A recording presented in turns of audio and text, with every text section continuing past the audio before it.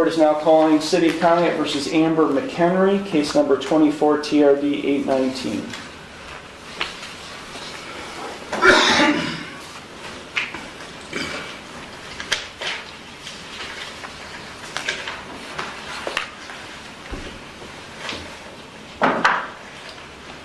Ma'am. I'm sorry. I'm just trying to get my stuff situated so it's ready here.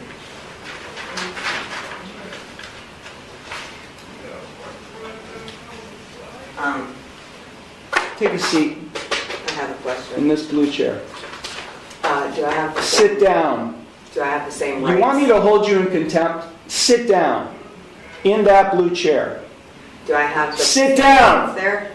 One more time. Sit down.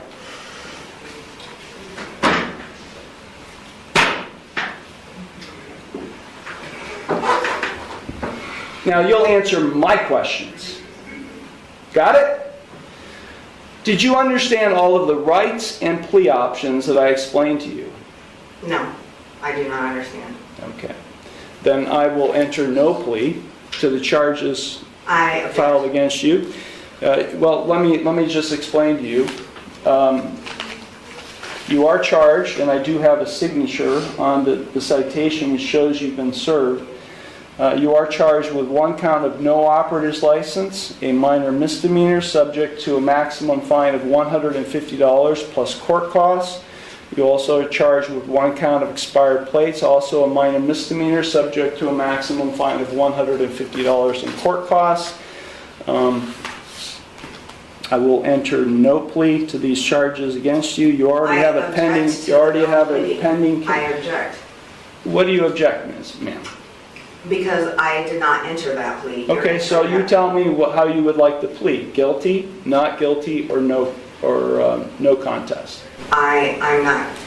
First, I have to correct the standing, which is I am not the ens legis non degear. I am the authorized agent to the decedent estate. I am coming in here as the settler, and I want to settle this case. Welcome back, everyone. Today's courtroom breakdown features not one, but two sovereign citizen encounters that perfectly demonstrate why these cases continue to fascinate legal observers across the internet. In our first hearing, we meet a defendant who arrives armed with familiar sovereign citizen talking points about trusts, contracts, agents, and legal entities. What starts as a routine traffic hearing is a group of students on a field trip hoping to witness the judicial process in action. Instead, they get front row seats to one of the most unusual courtroom exchanges imaginable. Then, in the second half of today's video, we reunite with a familiar face, Eric Martin.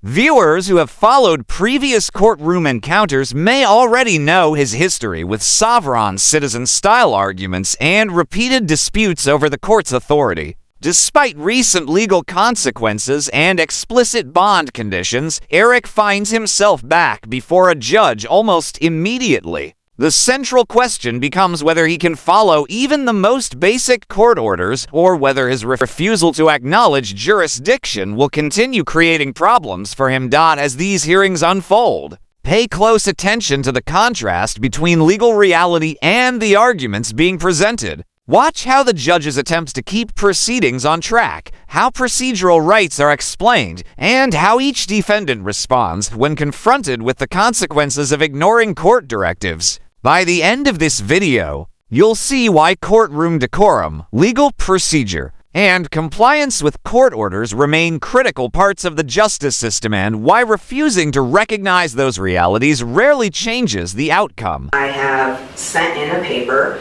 that is my declaration and affidavit of what I want to do, which is to settle the case. I am willing to surrender the person to the court for mutual consideration. I do not want to continue doing this. I don't have anything to do with this. That paper that I signed, which is the summons, is signed v coatis, which is void contract, and I reserved all of my rights on there. So, is the court willing to give me mutual consideration today or not? I will enter no plea on your behalf to these charges. I've given you 3 plea options to plead. No, Would you I do just- not recognize Well, anyone I'm- in this court. Okay, well, I that's don't too bad. recognize you or the bailiff or anybody else in this court. I do not understand. I will set this case for a bench trial, and No, we'll get this set. I have the right to a trial by jury. Okay, no you don't, not in this case. Now, Yes, these are not jailable offenses, ma'am. You don't have a right to a trial by jury in this case. You already have a jury trial scheduled in another case, but then, because you're facing jail time in that case. But in this case, you're not facing jail time, only a fine and court costs. anything that is above $25 in a court of law has the right to a jury by trial, which is involuntary. Involuntary can't be violated, basically, is what it means. So I have the right to a jury by trial No, you don't. of my peers. No, you don't. Yeah. We're going to set it for trial, and you're going to go to the clerk's window, and they're going to give you a trial date. Okay?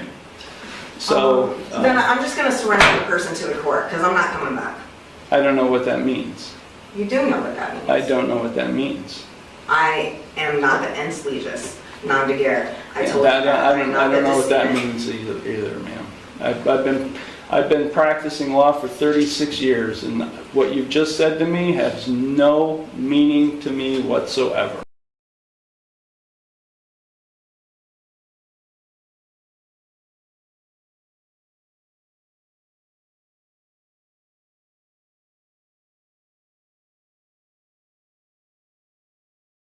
At this point, we're seeing one of the most common themes in sovereign citizen cases. Rather than addressing the actual charges before the court, the discussion shifts toward alternative legal theories involving estates, agents, trusts, and contractual relationships. The challenge for defendants who rely on these arguments is that courts generally operate within established statutes, case law, and procedural rules. Judges are tasked with resolving the charges actually filed, not debating alternative legal frameworks that have repeatedly failed in courts across the country. Notice how the judge keeps attempting to return the conversation to a very simple question. How does the defendant wish to plead? That question is central to moving the case forward. Yet every attempt to answer it becomes sidetracked by concepts unrelated to the traffic violations at issue. For viewers watching at home, ask yourself, if someone genuinely wants to resolve a case, is avoiding the court's questions helping or hurting their position?